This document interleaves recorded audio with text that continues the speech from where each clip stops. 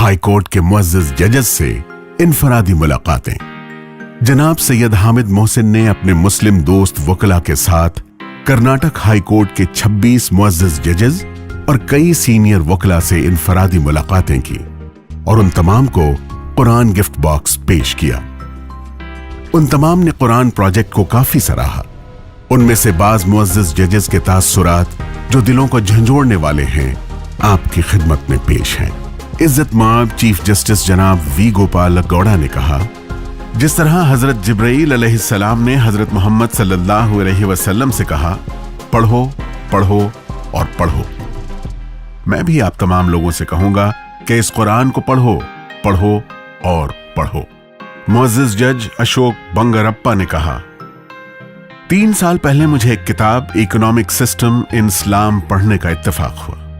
इस्लाम में ज़कात के निज़ाम से मैं इस कदर मुतासिर हुआ कि मैंने भी ज़कात अदा करना शुरू कर दिया और मैं गुज़श्ता 3 बरसों से पाबंदी के साथ अपनी आमदनी का हिसाब लगाकर 2.5% ज़कात निकाल रहा हूँ। ज़कात निकालने के बाद मैं तलाश करके ज़रूरतमंदों को ही ज़कात देता हूँ। ज़कात इस मकदार में देता हूँ कि वो शख्स आइंदा ज़कात लेने का मुस्तहिक न रहे बल्कि खुद ज़कात देने वाला बन जाए।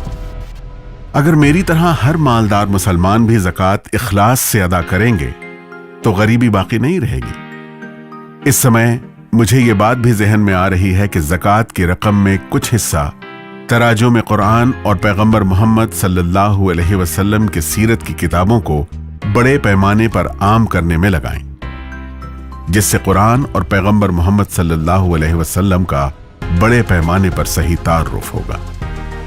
हाई कोर्ट के मुअज़्ज़िज़ जज जस्टिस अर्ली नागराज ने कहा, आप मुझे जो कन्नड़ तर्जुमा दे रहे हैं, क्या यह तर्जुमा अभी हुआ है और क्या यह तर्जुमा आपने किया है? इस पर हामिद मोहसिन ने कहा, नहीं, यह कन्नड़ तर्जुमा 30 साल पहले हो चुका था और हमारे बुजुर्गों ने बड़ी मेहनत और लगन से इसका तर्जुमा किया था। इस पर मुअज़्ज़िज़ जज ने कहा, फिर आप गुज़श्ता 30 सालों से कहां थे? इसे अभी तक क्यों नहीं इसे लोगों में आम किया गया? इसमें कोताही क्यों बरती गई? मुसलमानों को कुरान का दारोगा बनाकर नहीं भेजा गया है। आप इस कुरान को ज्यादा से ज्यादा लोगों तक पहुंचाएं क्योंकि इस पर सारी इंसानियत का हक है।